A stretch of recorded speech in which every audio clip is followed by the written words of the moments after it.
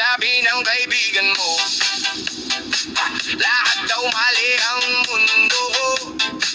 Tawa ng tawa sa pwesto ko, pero tingnan mo, masaya pa ako. Lumaraw siya pa, pero ako ang bida rito sa saliw ng hamon. Magandang hapon sa mga kababayan kong Palawenyo maging sa buong universe.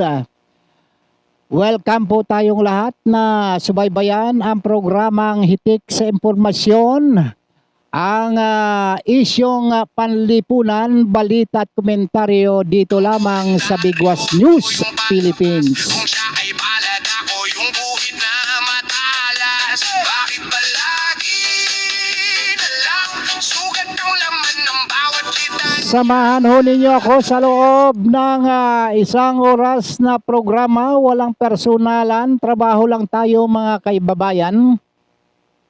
Makakasama ninyo si Don Robert Ramiro na maghatid sa inyo ng mga balita at paalaala sa lahat ng nagmamalasakit sa sambayanang Pilipino. Ko lang nakikita kung gaano ako kumikina.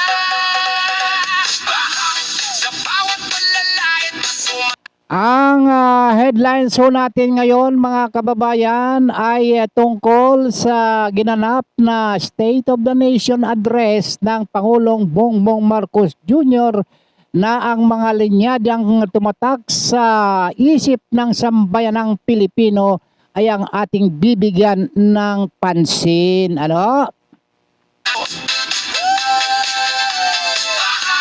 kung di mo trip ang buhay ko, di kita gusto. Ginawa mong biro, yan ang gasolina ko. Mas lalakasan ko pa tong sigaw ko. Yeah, yeah, yeah. Ang sabi ng kaibigan mo, lagi nakaabang sa maling galaw. Ba't ka kulang ka, hindi ka pas. Okay, tuloy ho tayo mga kaibigan. Ang isa ho sa mga tumatak sa isip ng sambayanang Pilipino na ang linyang binitawan ng Pangulong Ferdinand Marcos Jr. sa ginanap na kanyang SUNA o State of the Nation Address noong July 27, 2026. Ganito ho ang pagkakabanggit. Hindi ako Pangulo ng aking pamilya. Hindi ako Pangulo ng aking kaibigan. Ako ay Pangulo ng Pilipinas at tungkulin ko sa inyo, aking kapwa Pilipino.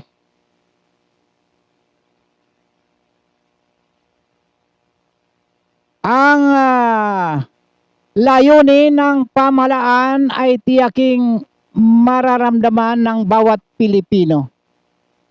Ano hong dapat na maramdaman ang bunga ng pag-unlad at hindi ng ilang sektor.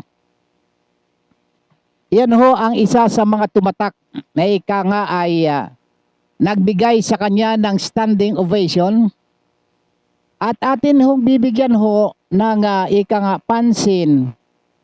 Yun hong programang ito, yung kanya hong mga tinuran, yung kanyang mga matatatag na paninindigan na ulang-ulang ho na tumatak ho sa isip ng mga kababayan ho natin. Pangalawa ho, ay yung kanyang binanggit na matatag na paninindigan sa West Philippine Sea.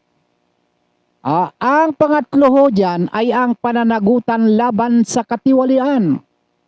Ang pang-apat, yung trending na statement ng Pangulong Ferdinand Bongbong Marcos at ang mga pagkadismaya ng ilan sa mga sektor ng ating pamahalaan ay hindi ho nabanggit dito sa nasabing SUNA. Na siya ho nating bibigyan ng daan sa himpapawid sa programang ito sa Bigwas News Philippines. Una ho, ang pagkakabanggit nga ho dito ay hindi daw siya Pangulo ng kanyang pamilya. Siya daw ho ay hindi rin Pangulo ng kanyang mga kaibigan. Wow. At siya daw ho ay Pangulo ng Pilipinas at hindi naman maitatatwa at tungkulin ko sa inyo aking kapwa Pilipino, hindi ho Ilocano ho mga kaibigan ha, kapwa niya Pilipino, hindi kapwa Ilocano, na binigyan din niya ang pagpapatupad ng batas. Sigurado ka? Binigyan din niya ang pagpapatupad ng batas at pananagutan ay hindi dapat maimpluwensyahan. Hindi ba totoo kaya to? Ng personal na relasyon. Hindi ho ba't ano bang ibig ho sabihin pagpapatupad ng batas at pananagutang hindi dapat maimpluwensyahan? Hindi ho ba mayroong bumulong ho din eh? Wala ba hong na-impluwensyahan ho dito sa pagpapatupad ng batas ng personal na relasyon, mga kaibigan? Ang layunin ng pamahalaan ay tiyaking nararamdaman ng bawat Pilipino sukdulan. Ang naramdaman, yung mga pagkukulang, o kaya naman ay pagpapakulong ng kalaban ng administrasyon. Yun ho ay naging bunga ng pag-unlad ng hindi at bunga ng pag-unlad ng ilang mga sektor. Hindi ho ba? Ayun ho bang sinasabi ho dito na walang personal na relasyon? Ito ho ba'y tumutukoy sa mga kamag-anak o kaya naman ito sa personal ho nilang trabaho? Bigyan ho, sige, palagpasin ho natin yan. Mamaya babalikan ho natin. Ito ho yung matatag na panindigan sa West Philippines na kanyang pinigyan din na patuloy ang pagtatanggol ng Pilipinas sa soberanya at karapatan nito. Hindi ho natin gusto ang gera. Kung iginigit ho natin yung yung arbitral ruling na yan na ayaw naman talagang tanggapin ng China, ano ho bang nagagawa ho nating mga pamamaraan? O ano ho bang solusyon para hindi ho magkakaroon ng skirmish dyan ho sa West Philippine Sea? Yung ating mga maging isda ay nahaharas ng mga barko ng China. Mananatili na ho ba tayo ang kalagayan ho ng ating mga isda at maging yung nature ho dyan sa West Philippine Sea na araw-araw na lang ika nga ay patot sa dahan ang mga namiminuno ho dyan. Kaya ho natatawag na unggoy, yung nagbibitaw ng hindi magandang salita, sapagkat wala hong konkreto ho tayong mapamamaraan o solusyon kung paano ho ma-resolve ho yung sigalot ho dyan sa West Philippines. Hindi kagaya nung panahon ni Duterte, sige mag-usap tayo. China, Xi Jinping, sige, ganito na lang. Para hindi ho tayo mag-away-away dyan, sapagkat ayaw nyo namang kilalanin ho yan. At saka isa man, hindi naman ho namin talaga ibibigay ho yan. Kahit na ika nga isang pulgada, hindi namin ibibigay ho yung aming karapatan ho dyan. Ganito na lang gawin natin. Sige, malaya kayo, sige, mangisda kami. Huwag nyo lang ihaharas dyan. Pwede ho kayo mangisda, sige. Sama-sama ho tayo dyan. Kumun ho natin yung West Philippines na yan. Huwag lang tayo ng gulo. Sa ngayon ho kasi, puro na lang ho kasi para bang nag-uudyok ng gulo eh. Ika nga parang humingi pa tayo ng simpatiya sa ating mga kalyado. Hinaharaso kami rito eh. Pinagpapalo na yung aming mga tauhan dyan sa West Philippines eh. Kailangan na siguro namin na gumawa na ho kayo ng hakbang. Tulungan nyo kayo, girahin na natin yung China. Ganun ho ba yun? Ang ibig nyo sabihin? Hindi ho. Kaya yung paninindigan ho natin dyan eh. Dapat pag-aralan ho dyan, lalo na yan, Department of Foreign Affairs. Dapat ho dyan pinag-aaralan ho nyo ng musto. Ngayon, yun ho sinasabi ho nating yung trending ho na statement. Yung trending ho yun ho, hindi ako pangulo ng aking pamilya. Hindi ho ba kayo nadidiktahan ni First Lady? Baka naman, Hindi ako pangulo ng aking kaibigan. Hindi ho ba kayo na-influensya ni pinsan na dating House Speaker Martin Romualdez? Ako ay pangulo ng Pilipinas. Okay, tama. Diyan ho tayo, papalakpakan ho namin kayo diyan ho. Oh. Kayo ay talagang Pangulo ng Pilipinas. Binoto ho namin kayo eh.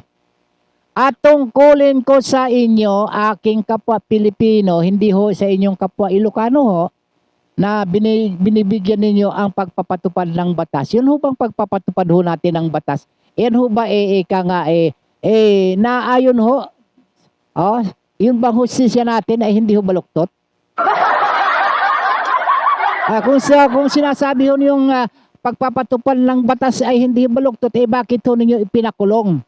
Pumayag ho kayong maipakulong itong sina Senador Marcoleta, dating Congressman Mike Defensor, na wala namang kaugnayan yung kanilang pagkakakulong ho dyan sa flood control o kaya naman ay galing ang pera dyan ho, kanilang ginamit ho dyan, ay yung involved ho dyan ay galing sa buwis ng mamamayan. Hindi ho ba? Yan ho bang hustisya? Hindi ho ba baluktot yun? Hindi ba't sila ho, itong mga ito, sila ho ang kanilang advokasya ipaglaban ho para matuklasan yun ho nga malaking anomalya kung sino ang mastermind dyan sa malawakang o malakihang nakawan dyan sa gobyerno. Bakit ho silang ikinulong? Bakit ho yung inaakusahan ng mga magnanakaw ay libre? Malayaw o sila nakikipagbalitaktakan dyan ho sa impeachment. Malaya ho sila nga kung saan siya nagkakagala, ibig sabihin free. Ayun ho ba ang batas, ang pagpapatupad ng batas at yung pananagutan? Ito hong mga ito pinakulong ho ninyo, may pananagutan din ho sila yung kanilang trabaho para ho magpanukala ng mga batas, ipagtanggol ang mga batas ng naayon sa batas. Bakit ho inyo pinakulong? At hindi rin daw dapat na maimpluwensyahan. Hindi ba na-impluwensyahan ho yung yun hong Senado? At maging yung Kongreso? Bakit pumunta pa ho dyan? Yung majority na sinasabi ngayon na humingi ng basbaso ninyo para makuha yung boto. Sige, usigin nga ninyo itong dalawang ito para lumipat ho diyan kung hindi kayo nakialam. At bakit ho pupunta pa sa Malacanang itong mga senador, si Ping Lacson at maging itong si Tito Soto? Ano hong ibig sabihin? Maging si Sherwin Gatchalian, anong ibig sabihin yan? Yun ho ba yun ba tinatawag natin na hindi na i-influensya yung mga institusyon na sinasabi natin? Bakit ho? Kasi ho, hindi kayang ma-resolve ho kasi ng Senado yung yung leadership ho dyan, sapagkat talaga naman doon ho, kasi sa agaw ng liderato ho dyan, meron ho talagang tinutumbok na layunin kung ano talagang gagawin doon sa mga kalaban. Number one. Kaya nga ho ngayon merong impeachment sapagkat talaga ang layunin ho dyan talaga patalsik itong si Vice President na huwag nang makatakbo sa 2028 sapagkat napakadelikado hong tao sino ho tatamaan ho dito? Ito ba sinasabi ho natin? Sino ho yan? Yung mga blue vendor ho na yan, yung mga nagpapakulong ho dyan, pati yung yun ho may kinalaman dyan pagpapa-deport bang tawag o pag-kidnap pa bang tawag doon?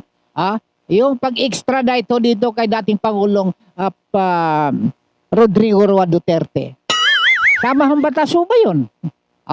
Yun ho ba sa katuparan ng yung tamang batas? Hindi ho yata ako kumpinsido ho rito isa pa ho. Yun ho yun ho malinaw ho ng mission ho ng Pangulo ho dito sa Taumban na hindi niya gagamitin ang kanyang koneksyon na dapat kasuhan kahit nakamag-anak pa niya. Ito yung sinasabi natin kanina. Ang Pangulo mismo hindi daw niya gagamitin yung kanyang koneksyon. Ano ho, maniniwala ho kaya kami ho dito? Yung koneksyon nga ho, nakarating na nga ho dyan sa DOJ, dyan Sapagkat hawak ho ninyo yan, DOJ, DILG, Ombudsman, tsaka yung Sandigan Bayan, maliban lang ho dyan sa ang pagkakaintindi ho namin, independent institution ho yan, Senado at Kongreso, bakit ho, hawak na rin ho ninyo. Hindi nyo gagamitin yung koneksyon. Kaya hindi ho kami naniniwala Ito ho, sa bagay, ito nga nalalabing 2 taon ho ninyo, sapagkat dito puspusan talaga ho rito ang trabaho na ito Sapagkat yung yung trabaho ninyo talaga, 2 na lang ho talagang sisikapin ho ninyo, na matapos ho itong trabaho ninyo ang impeachment, diyan kay Vice President at pagpapakulong ho doon sa mga kritiko ng administrasyon. Yun ho, trabaho na naiiwan ho. Ngayon ho, palitan ho tayo palitan na ho sila ngayon ng mga akusasyon Ang sabi hindi na raw ho nga tatalakayin niyang umurong na raw ho itong minority na imbestigahan yung flood control. Sino may sabi? Sige nga, subukan nga ho ninyong pakawalan ho yan sina Defensor, sina Marcoleta. Para at ibigay niya sa kanila yung committee na yon, yung Blue Ribbon Committee. Pagka hindi ura-urada yan talagang ikakasa at siguro isa-isa kayong tatamaan na rin. Hanggang sa presidente aabot ito bakit sinasabi ho natin aabot sa presidente? Sapagkat ang presidente ang naglumagda ng mga ng budget. Siya rin yung may direktang supervision kung saan napunta ho yung mga budget.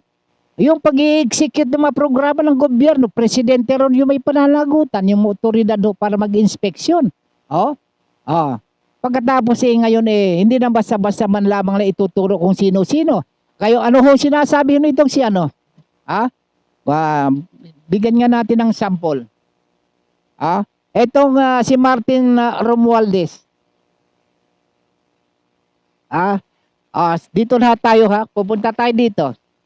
Ayon ho kasi sa ombudsman, mga kaibigan, ay nalalapit na ang paghahain ng patong-patong na kaso laban sa dating speaker. Anong sabi? Masakit man sa akin, ito, ngunit kailangan nating gawin ang tama. Hindi ako pangulo ng aking pamilya, hindi ako pangulo ng aking kaibigan, ako ay pangulo ng Pilipinas at ang aking tungkulin ay sa inyo, ang aking mga kapwa Pilipino. Eto. Anong sabi? Sigurado? Hindi ho ba scripted ho yan? O baka naman binubulan nyo naman kami. Ano ho sinasabi ho ninyo? Masakit daw ho Masakit. Ano naman ang sabi nitong itong si pinsan mo? Ni Kasinsin Ferdinand Martin Romualdez. Apulakay. Masakit man. Ito sa aming pamilya, iginagalang ko ang naging pahayag ng Pangulo. Hindi ako kailanman humingi ng pabor o espesyal na pagtrato. Sang-ayon ako na gawin natin ang tama. Ang tama ay sumunod sa proseso at hayaan ang ebidensya magsalita. Nanindigan ako na wala akong ginawang anumang labag sa batas at handa akong patunayan ito. Ano ang sabi ho? Anong dagdag ho pa nito? Wala akong ninakaw, wala akong batas na nilabag. Ito hong sinabi ni kasinsin mo, President Apulakay Marcos Jr. Kay kasinsin mo, Martin Romualdez. Sabi ni kasinsin mo, wala akong ninakaw, wala akong batas na nilabag. Ang pahayag na ito ay kasunod na naging mensahe ng Pangulo, ang Bongbong Marcos Jr. Sabi nito, wala siyang libay. Bakit nilabag? Bakit ninyo kakasuhan? Sige ha. Ito ho ay kasunod sa naging mensahe ng presidente sa kanyang suna kung saan binigyang daan ng Pangulo ang due process at ang pagsunod sa tamang proseso ng batas sa pagresolba ng anumang isyu. At ayon sa kanya, buong-buo ang kanyang suporta sa due process at naniniwala siya sa katotohanan ay dapat sa ebidensya at sa opisyal na dokumento. Hindi sa haka-haka o paratang. Nakahanda siyang humarap sa anumang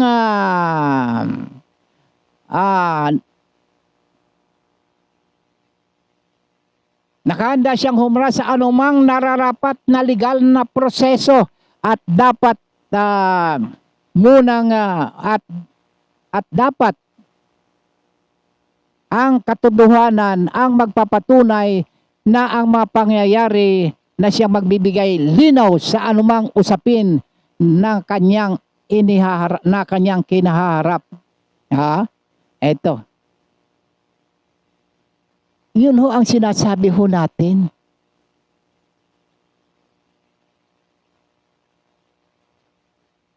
Okay. Tuloy tayo mga kababayan. Yung iwanan na natin yun kay Martin, mga kaibigan. Dito na ho tayo doon sa mga pambansang issue. Sa pambansang issue naman tayo tumutok. Unang-una yung korupsyon na dapat sana, hindi naman sana dapat na magbulag-bulagan. Yung mga opisyal ng pamahalaan, lalong-lalo na sa justice system ho natin, na ika nga ay ipagpatupad naman yung yung mga nararapat na batas para ho ika nga yung mga sangkot ho dito sa korupsyon ay malapatan ng hustisya sapagkat ay hindi ho talaga ika nga hindi ho nasasawata.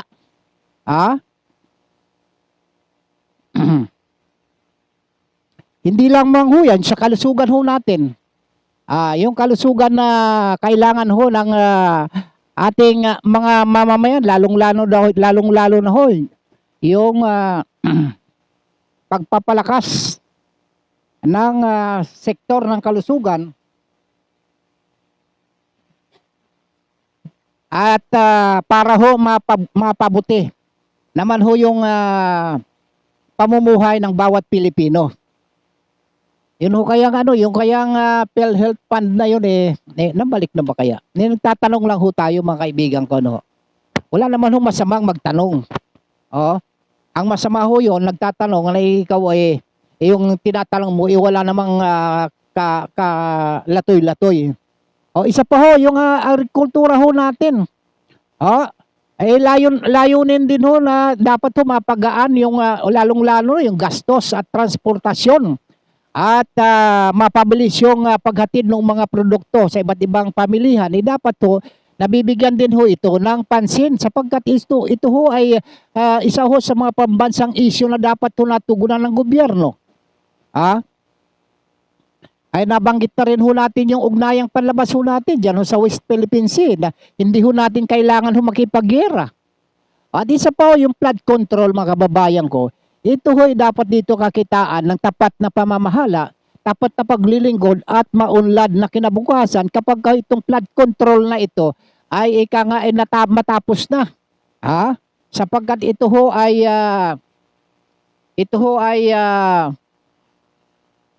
nagiging laman araw-araw, hindi lamang ho sa social media, maging dyan sa mga kanto-kanto sapagkat hinihingi ho kasi ng taong bayan mga kaibigan, lalong-lalo sa zona. Na dapat ay magiging honest, magiging tapat ang presidente sa kanyang mga binibitawang mga salita. Lalong-lalo na ho talaga namang ang mga mahalagang isyu ay at hamon ng pamahalaan ay dapat na ho na maging makatotohanan. Ang mga isyong hindi nare-resolve.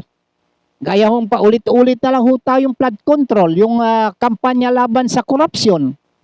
Ito hong nangyayari ho ito, nagkakaroon ho naman ng ika nga ng iba't ibang mga reaksyon. Ang sabi ho nitong si Senador Erwin Tulfo ayaw na raw hong ipagpatuloy ng minority ang investigasyon tungkol ho dito sa flood control. Sino may sabi hong gano'n bakit hindi ho nyo tanungin si Marcoleta? hindi ho niyo tanungin si Senador Alan Peter Cayetano. Bakit hindi ho niyo tanungin itong dating anak kalusugan representative Mike Defensor at yung mga sundalo, mga retired generals, ba't hindi ho niyo tanungin kung pumapayag ba sila na wag nang imbestigan ito? Subukan nga ho yung pakawalan ho dyan. Pakawalan nyo yung inyong ikinulong na siyang may advokasya ho dyan para hanapin ho yung mga mastermind sapagkat yung itong chief na yon, itong chairman ng Blue Ribbon Committee, talaga naman ayaw naman talaga niya i-imbestigan sapagkat isa sila sa mga tatamaan nito. Ano hong sabi ni ni Congressman Sandro Marcos? Wag na nating imbestigahan yung flood control dito sa Congress. Bakit? Mawawala ang tiwala ng taong bayan sa atin, sa mga congressman. Masisira yung reputasyon ng mga congressman sapagkat karamihan sa mga congressman ay magnanakaw. Yun ho ang pagkakabangga. Yun ho sinasabi. Pagkatapos ngayon sasabihin ay ayaw na rin pa imbestigan. Sino silang may sabi nun? Nawawala yung monitor ko ito. Isa hong dagok ho sa mga congressman sapagkat binanggit na rin ni dating BRC chairman yan, Ping Lacson, na yung mahigit 100, halos kalahati sa mga congressman, 300 plus yung congressman, 150 raw yung sinasabi nitong sangkot sabi ho nitong mga diskaya o yung iba ho pinangalanan na. Pinangalanan na rin yung Big Six. Yung mga dating milyonaryo lang, ngayon mga bilyonaryo na. Yun. Ngayon, papaano ho natin babalansin yung mga statement, yung statement ng presidente. Dapat nga ho magiging makatotohanan sa sinasabi ho natin sapagkat hahanapin ho talaga yan ano ho sinasabi ho. Dito tayo sa krisis sa edukasyon, ilan na ho yung bang mga guro nadagdagan ho ba sa kanilang sweldo? Hindi ho. O kung may pagmamalasakit tayo sa krisis yun dyan sa edukasyon, yung mga silid-aralan, meron na ho bang napagawa? Kung meron man, nasaan na yung resibo, nasaan na yung patutuo? Dapat magiging transparent, sapagkat yung mataas na presyo ng mga pangunahing bilihin ho may babasahin nga ako, talagang hangang-hanga ho dito. Talagang may humanga ho dito ito hong isang broadcaster din ho, ang sabi ho dito, ang sarap pakinggan ang mga salita ng Pangulo. Ang tanong, tugma ba ang kwento sa totoong nangyayari on the ground? Totoo ba? Diyan ho sa agrikultura ho.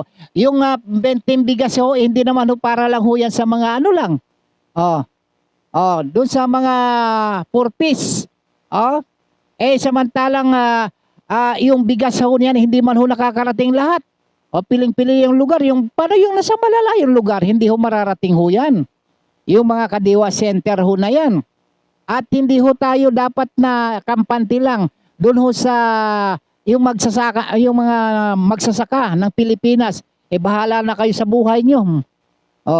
Wala hong talagang konkretong tulong ho na nanggagaling sa gobyerno. Yung iba nangangabulok na yung kanilang mga produkto, hindi man lang matulungan, hindi ho nabibigyan ng solusyon. Sapagkat nakadepende ho tayo sa importasyon. Mas malaki ho yata kinikita ho dyan sa importasyon Tayo ho nag-aangkat ng bigas dyan sa Thailand at saka sa Vietnam na nung araw. Ang mga researcher ho dyan ng Vietnam at Thailand, dito pa nag-aral sa UP. Yung IRI, yung International Rice Research Institute. Ngayon napag-iiwanan na ho yung masagana na internet, wala na ho. di na masagana ngayon, hindi na masagana. Sapagkat napapabayaan yung sektor ng agrikultura. Sapagkat tingnan ho ngayon yung mga pangunahing bilihin, tingnan ho nga ho ninyo. Pumunta ho kayo din sa ground sa mga pamilihan. Tingnan nga natin. Ay, meron ho bang ano? Meron ba bumababa? Wala, puro ho. Yung mga barangay health workers natin sa kalusugan nga ho nabibigyan ho ba ng atensyon yan? Hindi ho. Ang mga barangay tanod, wala rin. Magkano yung sweldo ng barangay tanod doon sa 4th class municipality sa isang buwan? 1,000. Ay yung mga barangay health workers, duty din ho yan. Magkano ba tinatanggap? Nabibigyan ho ba ng patsin? Hindi ho. Kaya ho yung inaasahan ng ng sambayan ng Pilipino, yung mga pangunahing programa at mga pulisiya at meron hong direksyon ang administrasyon doon ho sa mga proyekto na kung saan ang mga Pilipino ay talagang siyang makikinabang. At kanino ho ba talaga nakikinabang ang gobyerno? Hindi ho ba sa sambayan ng Pilipino, hindi sa mga oligarko at mga elitista? Kaya huwag ho nating sabihin sapagkat hindi ho tunay na tagumpay na ibinabandira ho dyan sa SONA kung hindi naman ito tunay na nararamdaman ng mga ordinaryong Pilipino ho. At sino ang nagbigay ho ng grado ho dyan? Marami ho nagbigay ng grado sa presidente, standing ovation pa nga Pero dapat ho ninyong isipin mga kababayan, ano ho ang pakinabang ho natin? Doon sa mga sinasabi, lalong-lalo na yung dito na lang ho tayo sa pagpapalipad ng racket. Magkano ho gagastusin ng gobyerno ho dyan sa pagpapalipad ng racket? Ano ho ba ang pakinabang ho natin dyan? Kung yung gugugulin ho natin yun sa pagpapalipad ng racket yan at igugugul ho ninyo dyan sa flood control, mas malaking pakinabang ng sambayan ng Pilipino. Yan ho, tapusin na lang ang flood control. Yan lang ho, ang isa sa pinakamabigat na issue ho ngayon. Kasi magpapalipad ho tayo ng racket, isa pa ho, ilang buwan na lang ba? Ang gugugulin ng presidente. 2 taon na lamang. Mahigit. Ang ika nga pamamalag pagkatapos gano'n lang mukhang hindi ho maging makatotohanan Mukhang hindi ho yata honest hindi ho tapat yata Mukhang mabubudol na naman tayo rito.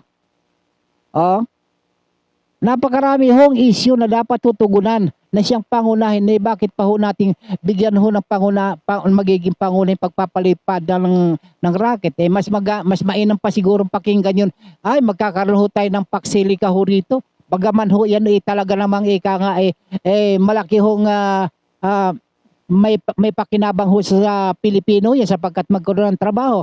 Pero ano ho magiging naman yan? Kahit na luging-lugi na ho tayo. Sapagkat na mahigit ilang taon ba na libre ho yan, walang renta. Na libre ho mag-ooperate yung pakselika ho rito. Ang pinakakonsuelo lang ho dyan makakapagbigay ka ng trabaho sa Pilipino. Kaya nga ho tayo utang ng utang. Benta tayo ng benta ng mga ari-arian ng gobyerno sapagkat hindi ho nakasasapat. Yun ho mga pangangailangan ho ng gastusin ng Pilipinas sa mga programa ho nito sapagkat meron ho mga sektor ho ang ika nga meron mga sektor ang napapabayaan. Hindi man lang ho nababanggit doon sa SONA. Itong halimbawa na lang ho nitong si Senior Citizens Party List Ompong Ordonez. Pag sinabing Ompong, ang pangalan niyan kadalasan ay Rodolfo Ompong. Nadismaya ho doon sa SONA ni PBBM ni President Marcos Jr.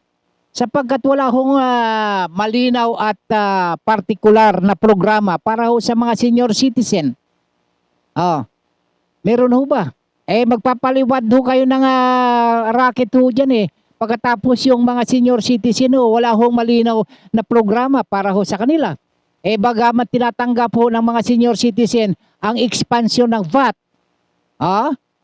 free medicine at yakap, na nakakatulong sa mga senior, umaasa ho ang sektor na ito na nararapat mayroong matibay na commitment ang gobyerno para sa social pensions. Hindi lang ho dyan. Maging ho doon sa healthcare. At mabilis na access sa mga benepisyo sapagkat yun ho ibinibigay naman ho nilang ayuda ho dito. Ipang maintenance lang ho lang nila yan. Hindi ho nabibigyan din ho. Bagaman ho meron na hong inilaan na may mga batas na ho dyan na mga existido ho na mga batas. Sa ngayon ho ay meron na ho patuloy na pagdami ng mga senior citizens maging dyan ho sa gobyerno na nag-retire na ho dahil sa retireable na rin. Mga senior na rin ho yan. Parami na ho yun naghihintay din ho yan ng sapat na pensyon. Dekada na ho. Dapat ho meron ding mga dekalidad na serbisyo ho at yung serbisyong pangkalusugan at yung seguridad at dignidad ng pagtanda nitong ating mga senior citizen. Maasa ho dito itong ang sektor ho na ito na magkaroon ho ng magkaroon ng malinaw na hakbang sa mga pangangailangan ng mga nakatatanda. Ito po yung corruption ho. Sinasabi na ho natin, paulit-ulit na lang na hindi ho direktang sinasagot ni President Bongbong Marcos Jr. Yung hindi direktang sinagot ni PBBM Jr. dun sa SUNA, yung pagtalakay ho dun sa issue ng korupsyon na ito ay isa sa mga pangunahin o isyong panlipunan. At bagaman ho tiniyak ho ng presidente dito sa publiko na yung kanyang ginawa yung hakbang na kanyang ginawa dito sa pamalang ito na para tugunan yung iba't ibang programa, yung problema ng bansa inaabangan ho yan ng taong bayan. Unang-una, yung problema ho dyan sa baha. Sinasabi ho natin yung gugulin nyo sa pagpapalipad niyan, gugulin nyo dito sa problema ng baha Hindi ho ba mas prioridad yung unahin natin yung problema dyan sa baha? Umulan lamang ng ilang oras baha na sanaw na dyan sa mga kakalsadahan marami na mga tulay na winasak yung mga ghost project ko na hindi natuloy-tuloy inaanod na dapat ho, isa rin ho yun, dapat yun ho nakaligtaan din sa zona hinahanap din ho ng taong bayan yan yun hong relasyon ho natin sa Pilipinas, sa China, dapat ho natalakay na rin yun, nabigay na rin naman natin yung sa bandang unahan ng ating matinalakay sapagkat yung pagigiit ng arbitral ruling talaga namang ayaw naman ho talagang tanggapin ho yan ng China. Ang solusyon ho dyan dapat magkaroon ho tayo ng konkretong solusyon para ho hindi na ho napupirisyo ho dyan, hindi ho kagaya naghahabulan ho kayo tayo dyan ho sa West Philippine Sea ng China Coast Guard at saka ng Philippine Coast Guard. Hanggang ngayon para bang gusto ho natin na parang gusto natin na makipag-away. Wala naman tayong kakayahan makipag-away. Kaya ho tayo kumukuha ng simpatiya sa mga kaalyado nating bansa. Sige tulungan nyo kami ho binubuli ho dito ito naman ito mga kaalyado magpapadala kami diyan, magpapatrolya kami ng 5 barko. Ang ganun-ganun na lang ho palagi ho yan. Hindi ho nagiging matatag, hindi ho kagaya ng ginawa ni dating President Rodrigo Roa Duterte. Ayaw kilalanin ni Xi Jinping yung yung arbitral. Ang sabi nga, binanggit yung arbitral ruling, ay huwag mo nang pakialaman yan. Di ganito na lang, di ganitong gawin natin. Hindi naman namin kayang isuko yan, kahit na 1 pulgada, hindi namin isusuko yung soberanya na namin, karapatan namin ho dyan. Ayaw din yung kilalanin yung aming gusto. Dito na lang gawin natin. Pwedeng mangisda kayo dyan. Mangisda din kami dyan. Sama-sama tayo dyan sa lugar na yan. Huwag lang tayo magpapaluan ng mga nung ating tinatawag nilang paddle, yung bugsay. O kaya ay binubomba ka kayo ng tubig. Yan ho ang dapat niyo dapat na maging solusyon diyan, hindi ho yung tayo para tayo ba ay naghahamit patay ng giyera. Isa pa, yung reforma ho din sa lupa. Yung sinasabing 400 na titulong na ipamigay, saan ho lupalop ng daigdig ho yan? Saan ho yung lugar na ipinamigay yung lupa na yan at sino yung mga benepisyaryo? Wala ho nagsalita, kami ho nabigyan eh. Samantalang hindi ko maiwasan na banggitin si dating President Rodrigo Roa Duterte, nabigay din ng titulo diyan ho sa Aklan, diyan ho sa may Boracay. Pagkatapos ho nabalitaan binawi yung mga titulo. Pagkatapos kakaringgan mo 400 ika nga na mga titulo na ipamigay, wala man lang lugar, wala man lang kung sino-sinong nabigyan. Hindi ba dapat ang sabi ko, dapat maging honest. Hindi ho tayo padadala ho dun sa mga sabi-sabi. Dalandala na ho kami, dalandala na ang mga tao dun sa mga sabi-sabi. Sapagkat kailangan ho talaga natin ng resibo. Kailangan natin ng patutuo. Na ika nga iyan, kung ano mga sinabi mo, dapat meron kang patutuo, may resibo at hindi ho yung mga palusot, sapagkat ang mga palusot ho sa ngayon ay nangyayari na ho. Dito lang sa naging imbestiga kunyari, kinakasuhan tapos ikukulong. Yung mga palusot na yan talagang na yan hindi na bagong bagay. Hindi na bagong bagay yung mga ganyang mga palusot. Eto. Meron pa hong mga dapat na nating bigyan ng pansin. Iyon hong isa ho sa mga naging isa sa mga naging talumpati, hindi daw tayo sakim. Hindi rin daw sinungaling at hindi rin daw racist. Ano bang ibig sabihin ng racist? Para ho sa kalaman ng ating mga Pilipino, sapagkat si Senador Robin Padilla nagpasalamat ho humanga dito kay President na Marcos Jr. sa ginamit niyang pananalita na Tagalog. Para naintindihan ng lahat ng sambayan ng Pilipino yung kanyang mga sinasabi ay yung racist. Yung racist, tatagalog na nga rin ho natin. Ito ang ibig sabihin. Ito yung pagmamataas sa lahi. Halimbawa, ikaw Ilocano, kaharap mo yung mga ethnic. Okay, yung ethnic dyan ho yan sa Isabela, yung mga yung mga katutubo. Kapag sinabing Ilocano ko, mas mataas pa ang uri mo.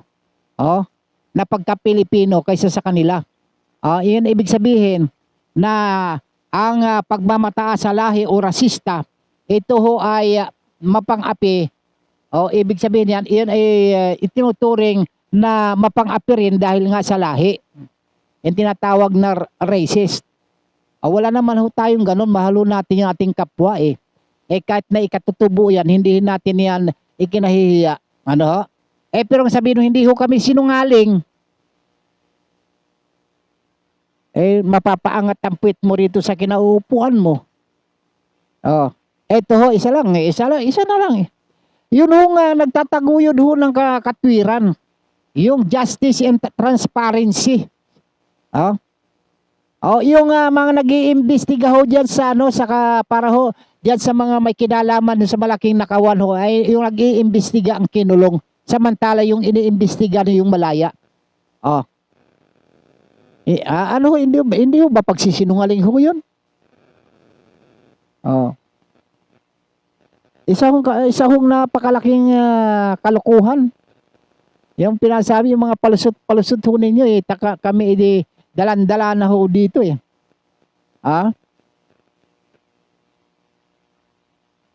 Kaya, anong sabi ni Kong Sandro? Huwag nating imbestigahan na yung flood control dito sa Congress. Talaga namang mawawala na ang tiwala talaga ng sambayan ng Pilipino sa atin sapagkat halos kalahati sa mga sa Congress mga kawatan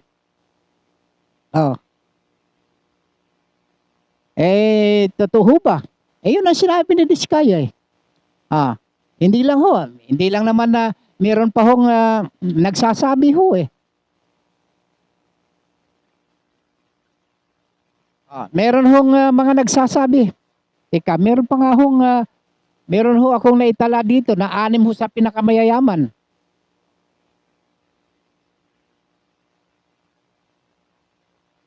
Na dating mga milyonaryo lang eh, ngayon talaga namang mga bilyonaryo na.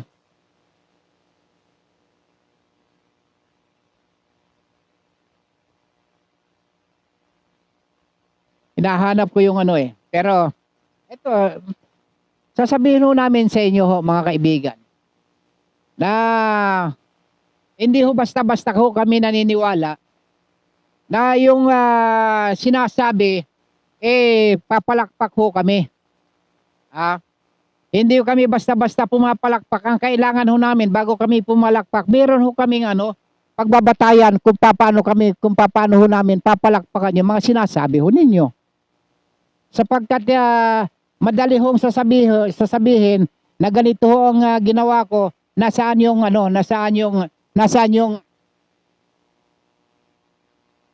pruweba? Nasaan yung pruweba?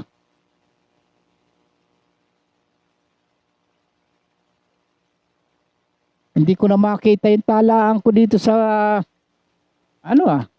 mukhang itinatago eh.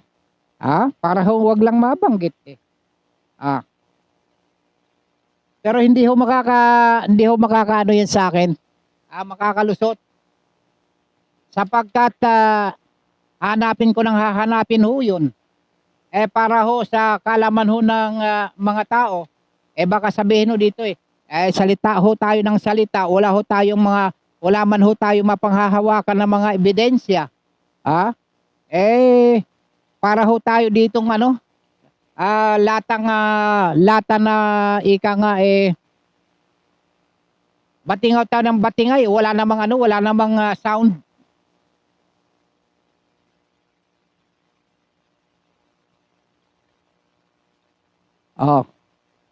Hindi ito eh. Sikapin ho nga nating hahanapin ito. Hindi ako mapapalagay sapagkat ito hong bumubungad ho lagi sa akin. Itong statement ho ni Congressman Sandro Huwag nating buksan ang alin? Ang flood control. Bakit?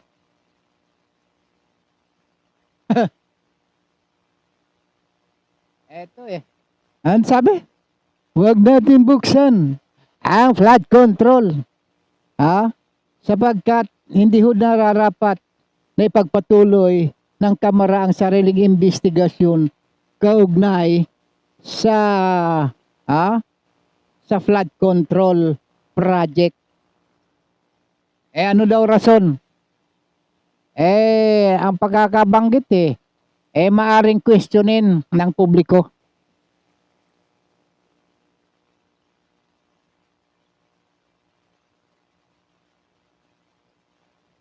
Maaari daw questionin ng publiko. Ano ba yan? Anak ng kalabaw talaga ang sino naman kumuha nitong ano ko? Yung isang mahalagang talaan ko na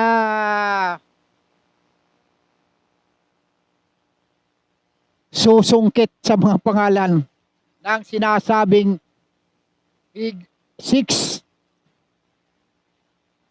Wala talagang nawawala nakakasira ng diskarte. Di ba? Bukas. Ituloy lang ho natin to sapagkat maubusan ho ako ng oras.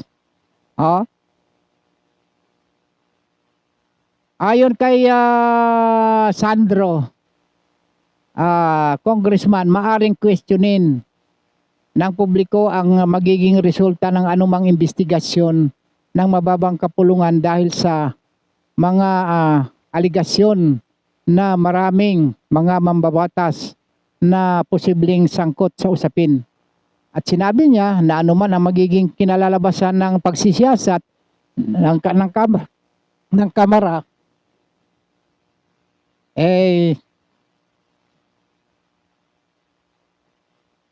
may posibilidad na ito ay mawawala ng kredibilidad sa paningin ng mamamayan ang mga magnanakaw na ito sa isyu ng pagdinig dito sa independenteng investigasyon ng Kongreso. At dahil dito ay pinaubayan na lang daw sa Ombudsman yung kaukulang investigasyon para maiwasan ang mga aligasyon at masunod yung patas na pag-iimbestiga na walang kinikilingan.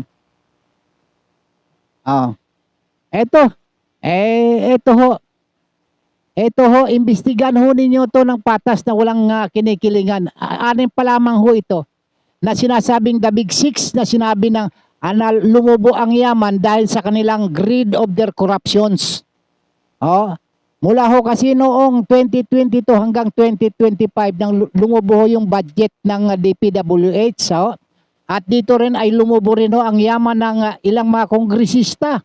Mula sa 28% at umabot ng budget ng DPWH mula 786.6 billion patungo sa 1.7 trillion.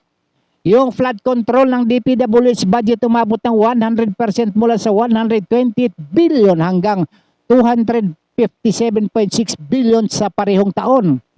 At batay ho sa salin mula 2022 hanggang 2025 ang mga congressman na merong 1,000% increase ay number 1 ho ang dating House Speaker Martin Romualdez na kanyang net income net worth noong 2022 ay 315 million. Noong 2025 ay umabot na 3,465 billion. Ito na naging bilyonaryo. Pumangalawa dito si Saldico, yung dating House Appropriation Chairman at Bicol Representative na ang kanyang network ay noong 2022 ay 236.7 million. Pagdating ng 2025, 1.51 billion. Sumunod tong si JJ Suarez ng Quezon Province, 2nd District.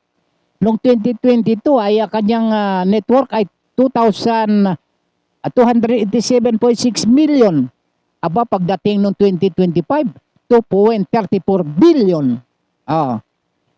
Itong si Deputy House Speaker Aurelio Dong Gonzales Jr. noong 2022, yung kanyang SALN, yung kanyang network ay 136 million lamang. Anong 2025 ay 1.3 billion na kaagad. Okay, Tam? Ito hong si Manix Dalipe noong 2022, 203.27 billion yung kanyang network. Pagdating noong 2025, 1.49 billion. Sumunod na itong si Edwin Garjula. 2022, 299 million. Pagdating ng 2025, 2.2 billion. Puro ng mga bilyonaryo ang mga ito. Sige, imbestigan ho ninyo ito. Para ho maniwala ho kami. Pagpapatuloy ho natin yan bukas. Yung mga pagtalakay ho dyan, hindi pa ho tayo nangangalahati. Ako ho'y mauubusan na ho ng oras. Kaya ako ho'y babati na lang ho dito para gagarani ng Canada. Yung mga batchmate ko sa Anaheim, California, si Josephine Macapagal, sina Wendelin Reyes at Lourdes Sadicon, dyan sa US. Si Engineer Jimmy Apostol, Espiridion Ligayada, Danilo Lagayt, Wilfredo Gutierrez, Alfredo at Bing Briones, sina Cedar Leper Malino, Miriam Barbosa, Joseph Catherine Ramos, Catherine Hamis, Belma Cabantog, Ronnie Nancy Roma, Evelyn Lantong, Marilo Octaviano at Los Mainet, maging sina Paterno at sina Ida Gahonera. Ang aming mga advisor na sina Ma'am Yvonne Catli at Rose Calikaran. Siyempre sa mga kaibigan ko, sina Ding Grabo, Sa Plaridel, Bulacan, Alfred Bayani ng Nueva Ecija. Dito naman ho, si Rambo, si Jimilin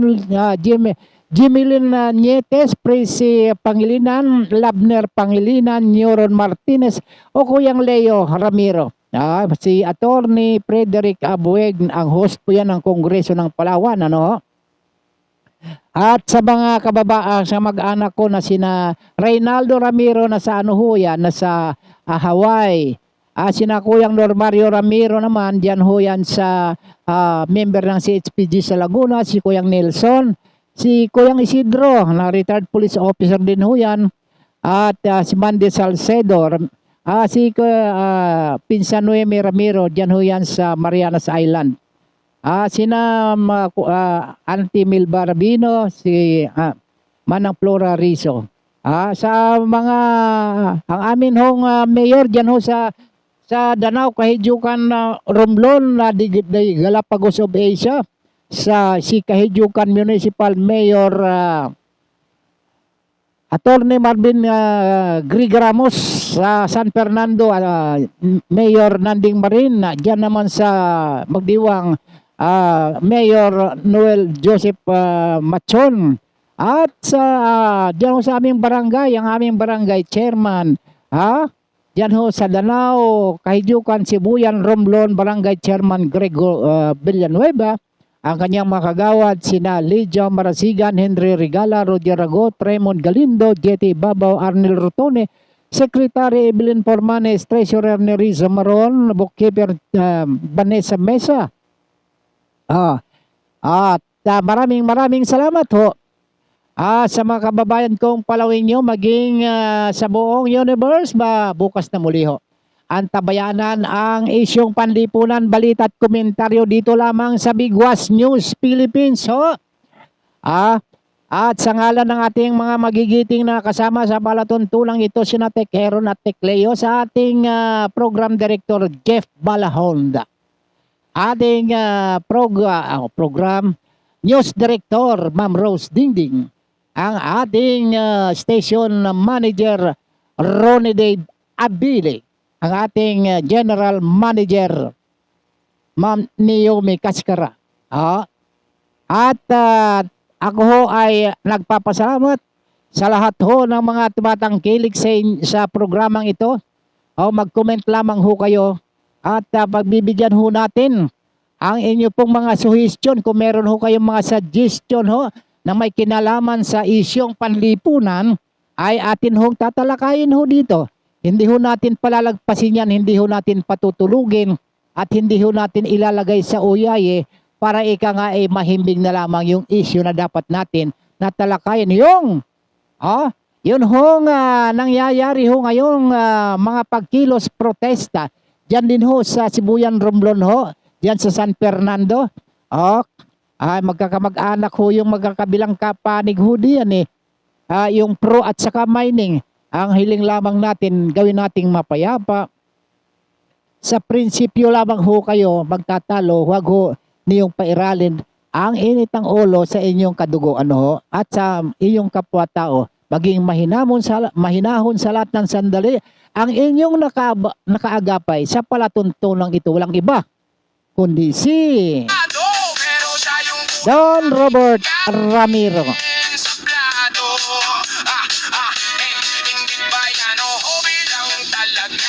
Nabilangin ang butas ng paayong ng iba, habang ako basang-basa sa ulan, kumakanta pa rin, may sayaw pa sa daan.